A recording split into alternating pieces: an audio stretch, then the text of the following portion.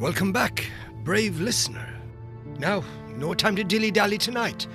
This is part 3 of The Wendigo by Algernon Blackwood, number 122 in the Timeless Terror series. Blackwood reminds us yet again, gently but unmistakably, of something we prefer to forget, that in the great stretches of untouched wilderness, man is small, fragile, temporary, and whatever moves between the trees certainly does not bend to human understanding. As the expedition pushes deeper into that vast Canadian solitude, something begins to shift, not only in the air, but in the minds of the men themselves. Settle in, and return with me now to the great, indifferent wilderness. The Wendigo, Part 3, written by Algernon Blackwood, narrated for you by Jonathan Dunne. Original year of publication 1910. This work is in the public domain. Production and narration copyright 2026, Jonathan Dunne.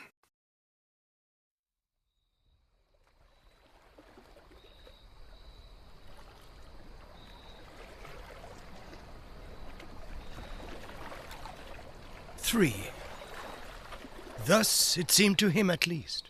Yet it was true that the lap of the water, just beyond the tent door, still beat time with his lessening pulses when he realized that he was lying with his eyes open, and another sound had recently introduced itself with cunning softness between the splash and murmur of the little waves.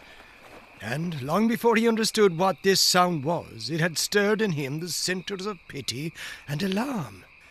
He listened intently, though at first in vain, for the running blood beat all its drums too noisily in his ears. Did it come, he wondered, from the lake or from the woods? Then suddenly, with a rush and a flutter of the heart, he knew that it was close beside him in the tent. And when he turned over for a better hearing, it focused itself unmistakably not 2 feet away. It was a sound of weeping. Defago, upon his bed of branches, was sobbing in the darkness, as though his heart would break, the blankets evidently stuffed against his mouth to stifle it. And his first feeling, before he could think or reflect, was the rush of a poignant and searching tenderness. This intimate human sound, heard amid the desolation about them, woke pity. It was so incongruous, so pitifully incongruous, and so vain. Tears in this vast and cruel wilderness, of what avail? He thought of a little child crying in mid-Atlantic. Then, of course, with fuller realization and the memory of what had gone before, came the descent of the terror upon him. And his blood ran cold.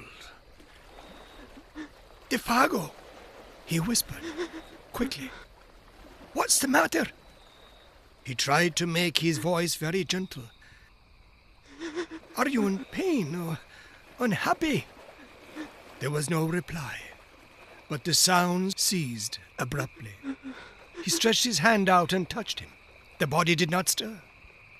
"Are you awake?" For it occurred to him that the man was crying in his sleep. "Are you cold?" He noticed that his feet, which were uncovered, projected beyond the mouth of the tent. He spread an extra fold of his own blankets over them.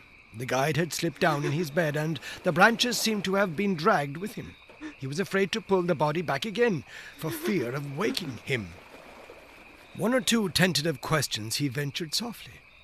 But though he waited for several minutes, there came no reply, nor any sign of movement.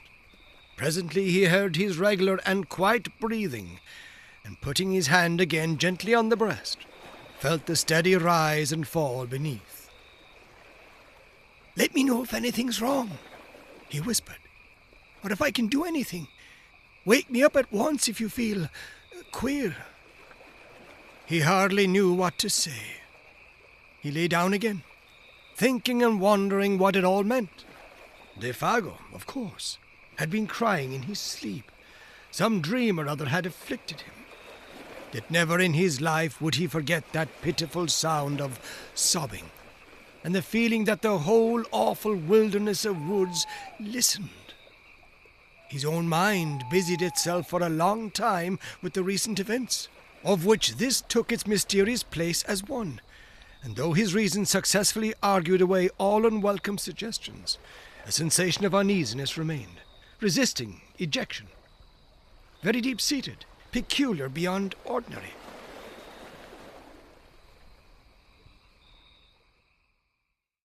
"4. But sleep, in the long run, proves greater than all emotions. His thoughts soon wandered again. He lay there, warm as toast, exceedingly weary, the night soothed and comforted, blunting the edges of memory and alarm.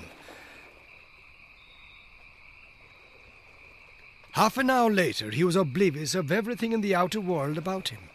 Yet sleep, in this case, was his great enemy, concealing all approaches, smothering the warning of his nerves.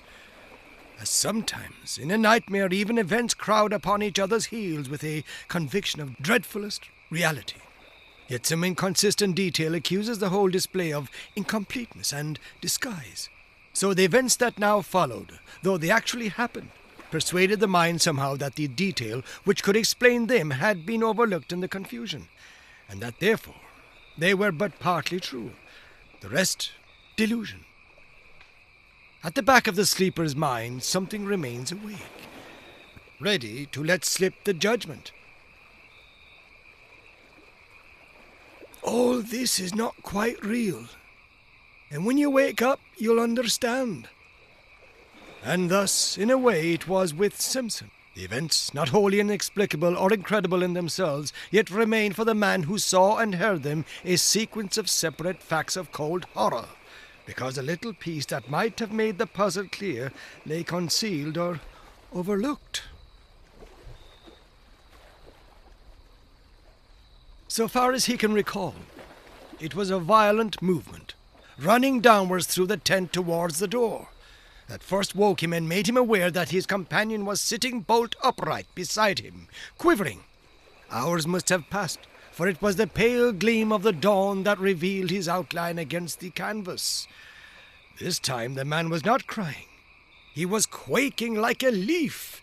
The trembling he felt plainly through the blankets down the entire length of his own body.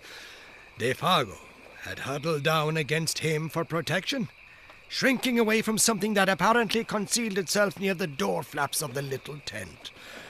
Simpson thereupon called out in a loud voice some question or other. In the first bewilderment of waking, he does not remember exactly what, and the man made no reply. The atmosphere and feeling of true nightmare lay horribly about him, making movement and speech both difficult. At first, indeed, he was not sure where he was, whether in one of the earlier camps or at home in his bed at Aberdeen. The sense of confusion was very troubling, and next, almost simultaneous with his waking, it seemed, the profound stillness of the dawn outside was shattered by a most uncommon sound. It came without warning or audible approach, and it was unspeakably dreadful. It was a voice, Simpson declares, possibly a human voice, hoarse yet plaintive. A soft, roaring voice close outside the tent, overheard rather than upon the ground, of immense volume, while in some strange way most penetratingly and seductively sweet. It rang out, too, in 3 separate and distinct notes, or cries, that bore in some odd fashion a resemblance, far-fetched yet recognizable, to the name of the guide, Defago. Go! The student admits he is unable to describe it quite intelligently, for it was unlike any sound he had ever heard in his life, and combined a blending of such contrary qualities. A sort of windy, crying voice, he calls it, as of something lonely and untamed, wild and of abominable power. And even before it ceased, dropping back into the great gulfs of silence, the guide beside him had sprung to his feet with an answering, though unintelligible, cry. He blundered against the tent pole with violence, shaking the whole structure, spreading his arms out frantically for more room, and kicking his legs impetuously free of the clinging blankets. For a second, perhaps two, he stood upright by the door, his outline dark against the pallor of the dawn. Then, with a furious rushing speed before his companion could move a hand to stop him, he shot with a plunge through the flaps of canvas, and was gone. And as he went, so astonishingly fast that the voice could actually be heard dying in the distance, he called aloud in tones of anguished terror that at the same time held something strangely like the frenzied exultation of delight. "Oh, oh, my feet of fire, my burning feet of fire! Oh, this height and fiery speed!" And then the distance quickly buried it, and the deep silence of very early morning descended upon the forest as before. It had all come about with such rapidity that but for the evidence of the empty bed beside him, Simpson could almost have believed it to have been the memory of a nightmare carried over from sleep. He still felt the warm pressure of that vanished body against his side. There lay the twisted blankets in a heap. The very tent yet trembled with the vehemence of the impetuous departure. The strange words rang in his ears, as though he still heard them in the distance. Wild language of a suddenly stricken mind. Moreover, it was not only the senses of sight and hearing that reported uncommon things to his brain, for even while the man cried and ran, he had become aware that a strange perfume, faint yet pungent, pervaded the interior of the tent. And it was at this point, it seems, brought to himself by the consciousness that his nostrils were taking this distressing odour down into his throat, that he found his courage, sprang quickly to his feet, and went out. The grey light of dawn that dropped, cold and glimmering, between the trees revealed the scene intolerably well.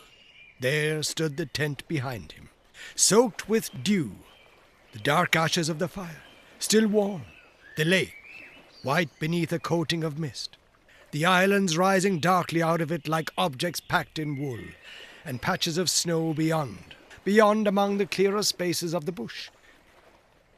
Everything cold, still, waiting for the sun. But nowhere a sign of the vanished guide, still, doubtless, flying at frantic speed through the frozen woods. There was not even the sound of disappearing footsteps, nor the echoes of the dying voice. He had gone, utterly. There was nothing but the sense of his recent presence, so strongly left behind about the camp, and this penetrating, all-pervading odour. And even this was now rapidly disappearing in its turn. In spite of his exceeding mental perturbation, Simpson struggled hard to detect its nature and define it. But the ascertaining of an elusive scent not recognized subconsciously and at once is a very subtle operation of the mind. And he failed. It was gone before he could properly seize or name it. Approximate description, even, seems to have been difficult, for it was unlike any smell he knew. Acrid, rather, not unlike the odour of a lion, he thinks, yet softer and not wholly unpleasing, with something almost sweet in it that reminded him of the scent of decaying garden leaves, earth, and the myriad nameless perfumes that make up the odour of a big forest. Yet the odour of lions is the phrase with which he usually sums it all up. Then it was wholly gone, and he found himself standing by the ashes of the fire in a state of amazement and stupid terror that left him the helpless prey of anything that chose to happen. Had a muskrat poked its pointed muzzle over a rock, or a squirrel scuttled in that instant down the bark of a tree, he would most likely have collapsed without more ado and fainted. For he felt about the whole affair the touch somewhere of a great outer horror, and his scattered powers had not as yet had time to collect themselves into a definite attitude of fighting self-control. Nothing did happen, however. A great kiss of wind ran softly through the awakening forest, and a few maple leaves here and there rustled tremblingly to earth.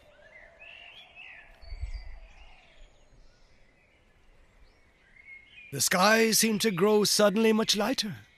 Simpson felt the cool air upon his cheek and uncovered head, realized that he was shivering with the cold, and making a great effort, realized next that he was alone in the bush, and that he was called upon to take immediate steps to find and succor his vanished companion. Make an effort, accordingly, he did, though an ill-calculated and futile one.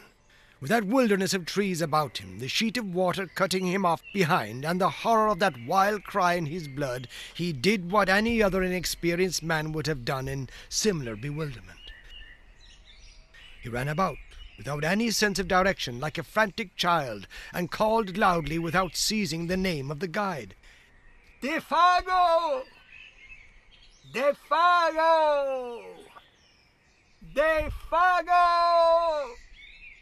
He yelled, and the trees gave him back the name as often as he shouted, only a little softened. "Defago! Defago! Defago!"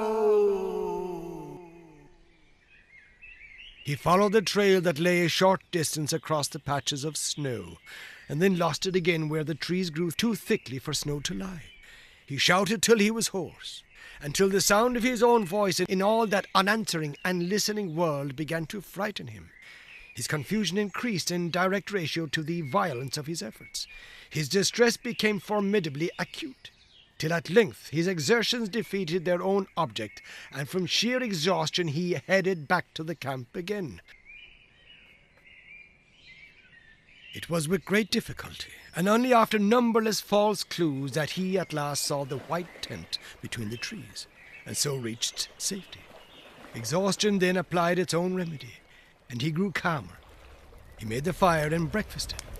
Hot coffee and bacon put a little sense and judgment into him again, and he realized that he had been behaving like a boy.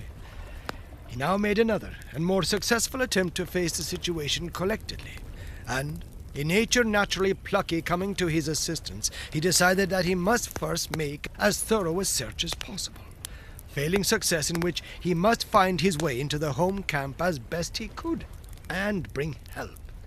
And this was what he did, taking food, matches, and rifle with him, and a small axe to blaze the trees against his return journey, he set forth.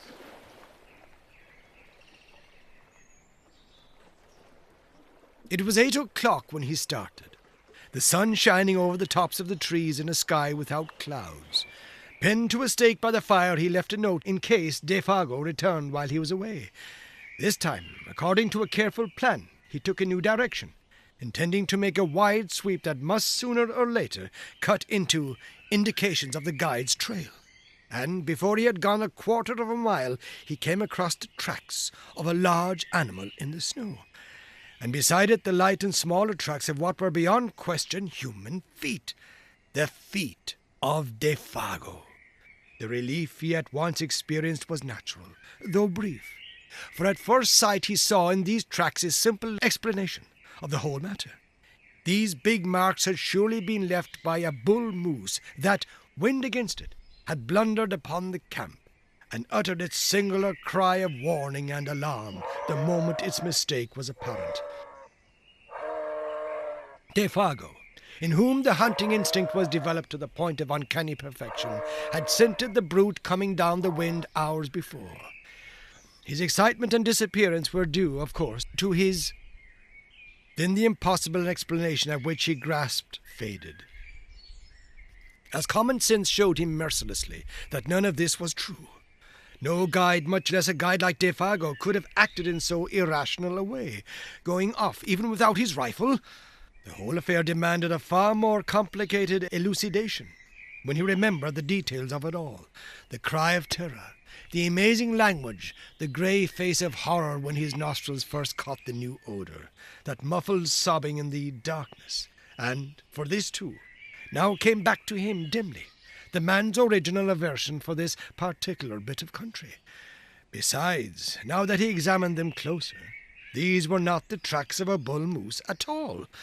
Hank had explained to him the outline of a bull's hoofs, or a cow's, or a calf's too, for that matter. He had drawn them clearly on a strip of birch bark. And these were wholly different. They were big, round, ample, and with no pointed outline as of sharp hoofs. He wondered for a moment whether bear tracks were like that. There was no other animal he could think of, for caribou did not come so far south at this season, and even if they did, would leave hoof marks. They were ominous signs, these mysterious writings left in the snow by the unknown creature that had lured a human being away from safety. And when he coupled them in his imagination with that haunting sound that broke the stillness of the dawn, a momentary dizziness shook his head, distressing him again beyond belief. He felt the threatening aspect of it all, and stooping down to examine the marks more closely, he caught a faint whiff of that sweet yet pungent odour that made him instantly straighten up again, fighting a sensation almost of nausea. Then his memory played him another evil trick. He suddenly recalled those uncovered feet projecting beyond the edge of the tent, and the body's appearance of having been dragged towards the opening. The man's shrinking from something by the door when he woke later. The details now beat against his trembling mind with concerted attack. They seemed to gather in those deep spaces of the silent forest about him, where the host of trees stood waiting, listening, watching to see what he would do. The woods were closing around him.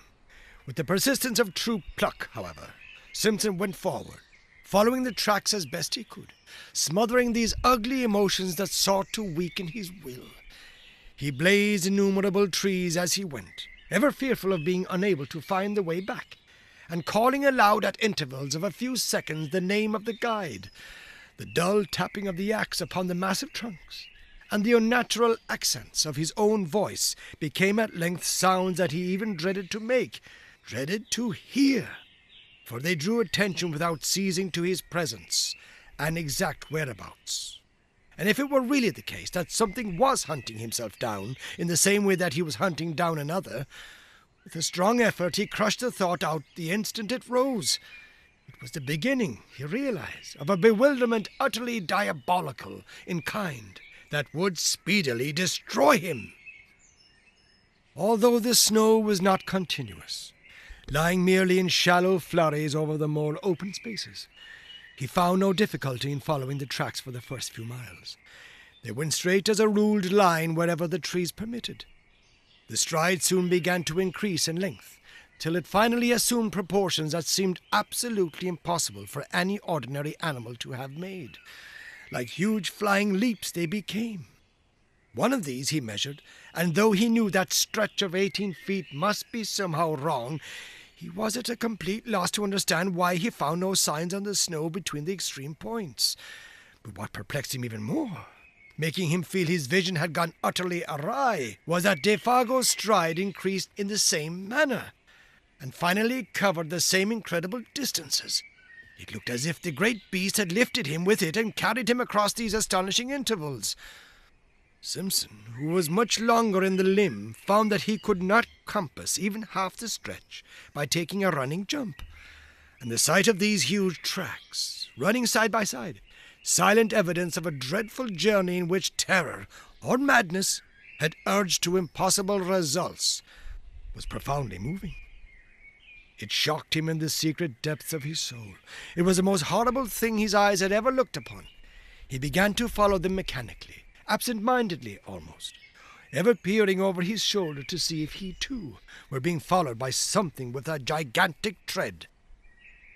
And soon it came about that he no longer quite realized what it was they signified, these impressions left upon the snow by something nameless and untamed, always accompanied by the footmarks of the little French Canadian, his guide, his comrade, the man who had shared his tent a few hours before, chatting, laughing, even singing by his side.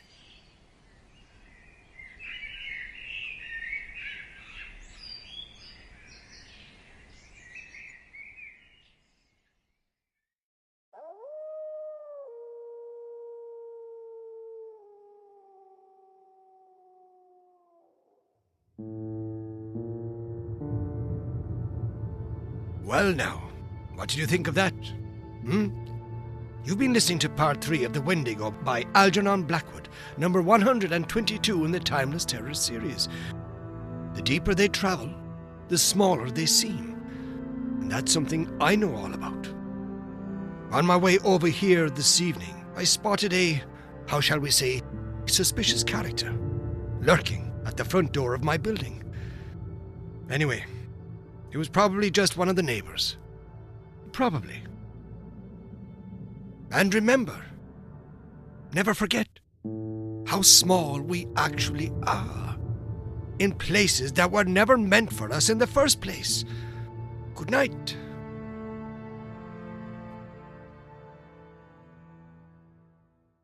This has been The Wendigo, Part 3, written by Algernon Blackwood, narrated for you by Jonathan Dunne. Original year of publication, 1910. This work is in the public domain. Production and narration copyright, 2026. Jonathan Dunne.